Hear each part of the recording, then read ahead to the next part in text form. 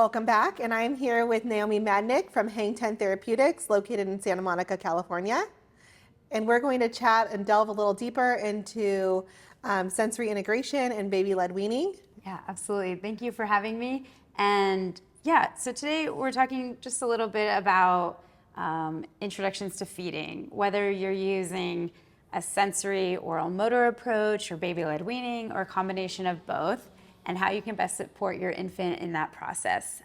Feeding can be daunting, but the nice thing to remember is that infants have started to develop this process of preparation for feeding even in the womb.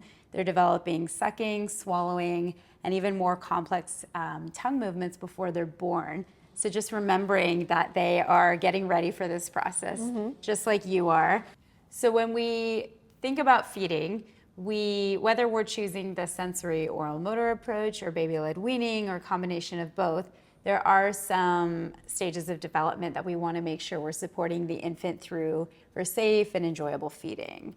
And so what we do is we consider that when we have a young infant, their tongue movements are going forward and back.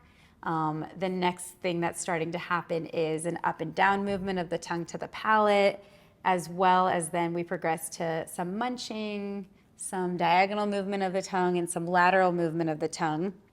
So when you do a sensory oral motor approach, there might be a list of foods that you can find that help the infant go through the stages sequentially. If you're doing a baby-led weaning approach, oftentimes that's foods that you're already eating as a family. It's a larger variety of foods. But the important thing to remember is choosing foods that will target building each of those skills.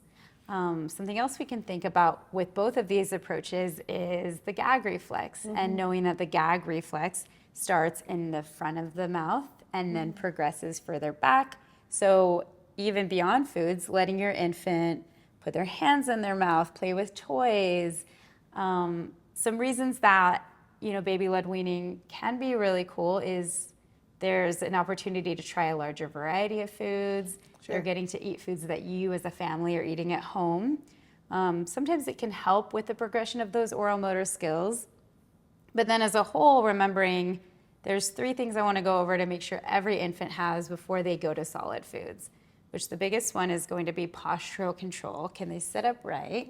Head control, can they independently hold their head upright?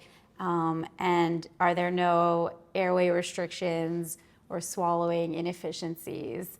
And if there's challenges that you come across with airway or swallowing, or maybe even oral restrictions, just remembering that there's a team of providers that everyone can reach out to help make this be a smooth process. Naomi, can you share with us maybe a list and some examples of foods that would support babies' oral motor skills? Yeah, absolutely. And it is really, I think at first it can be a little bit challenging to know what foods are going to support which level of development. And so first and foremost, if we start with number 1 with the tongue going forward and back, and we want the tongue to actually go further back into the mouth and stay there, purees can be a really great one for that. And then that will also support lip closure. It also supports the development of making the cheeks a little bit stronger. Then we can progress into some purees with more textures. And then if we want to get the tongue moving now a little bit more, maybe that munching pattern, which a munching pattern is just up and down, or if we want a little bit more diagonal movement with the tongue or lateral movement with the tongue, we can get we call them hard munchables, but they're foods that are a little bit crunchy, but they'll melt safely in the mouth. Okay, so maybe like those like yogurt puffs like cheese puffs type. You can find ones, those are circular. You can find ones that are also puffs, but they're stick-like. Okay. That's going to go back into the jaw to get the jaw stronger. Okay. Then next you might move into some mashed foods, but we're looking for foods that are going to stay really nice and stuck together. We call that our bolus, and it makes it a little bit easier for the infant to push the food around in the mouth without pieces spreading all over. And then finally, as we get closer to that 1-year mark, we can do some more challenging foods that they might have to chew for a little longer before they Maybe break ground apart. beef. Ground beef, things that are breaking apart. Okay, sure. And I did want to mention that is much more the sensory oral motor developmental approach. Sure. And so The but gradual. that's the gradual approach.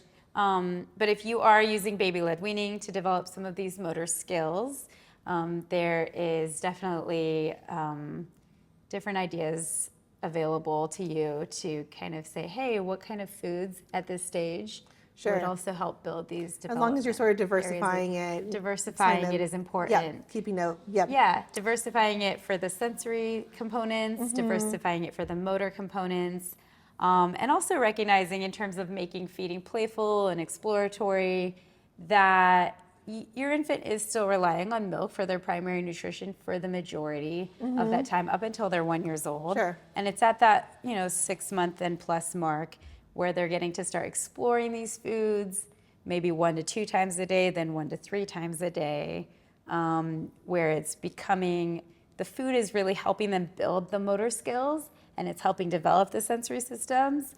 But it's our secondary form of nutrition during that time period. Sure.